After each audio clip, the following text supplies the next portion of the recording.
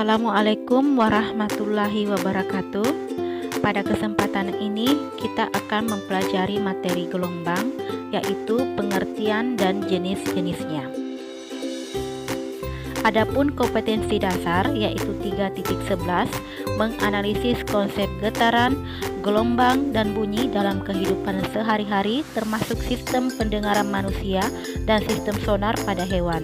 Dan 4.11 menyajikan hasil percobaan tentang getaran, gelombang, dan bunyi. Tujuan pembelajaran yaitu menjelaskan pengertian gelombang dan jenis-jenisnya dan menganalisis besaran-besaran yang terdapat pada gelombang.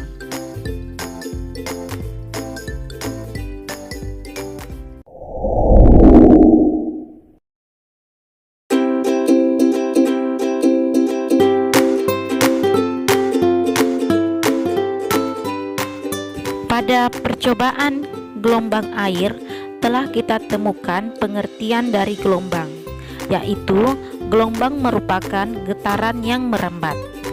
Perambatan getaran tersebut disebabkan adanya energi pada benda yang mengalami getaran. Berdasarkan mediumnya atau zat perantara, gelombang terbagi menjadi dua bagian, yaitu gelombang mekanik dan gelombang elektromagnetik. Gelombang mekanik adalah gelombang yang dalam perambatannya memerlukan medium atau zat perantara. Sedangkan untuk gelombang elektromagnetik merupakan gelombang yang dalam perambatannya tidak memerlukan medium atau zat perantara.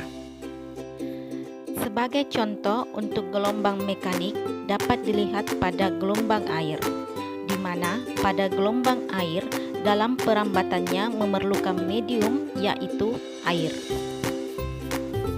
Dan sebagai contoh untuk gelombang elektromagnetik adalah gelombang radio.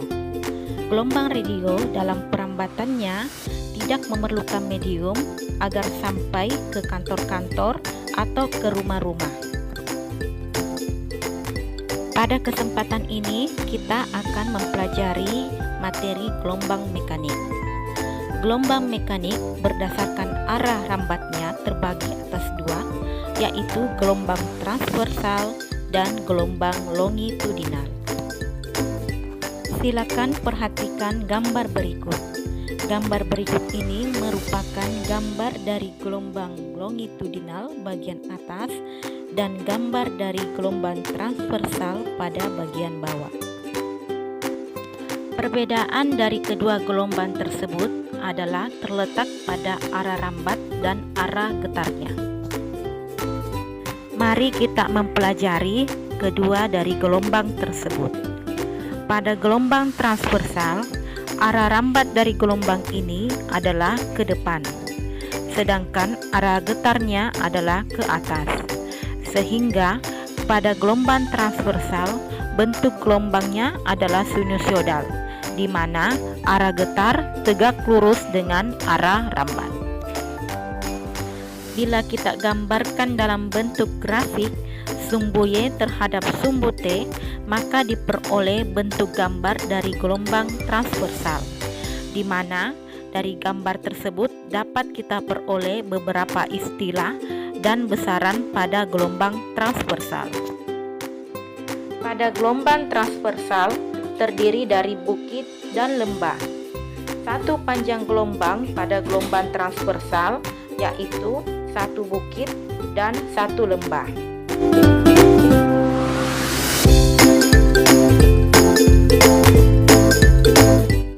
Titik A, C, E, dan G merupakan titik yang berada pada titik keseimbangan.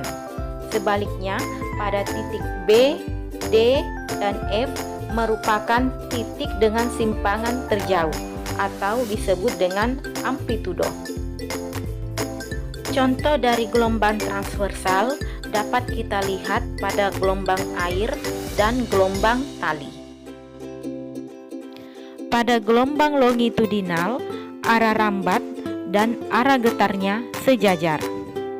Gelombang longitudinal terdiri dari rapatan dan renggangan, di mana satu panjang gelombang terdiri dari satu rapatan dan satu renggangan. Contoh dari gelombang longitudinal adalah gelombang bunyi dan gelombang pada selingki. Untuk melanjutkan ke besaran-besaran gelombang lainnya, pastikan Anda memahami dan tahu cara menghitung panjang gelombang pada gelombang transversal dan longitudinal. Sekian untuk pembelajaran hari ini.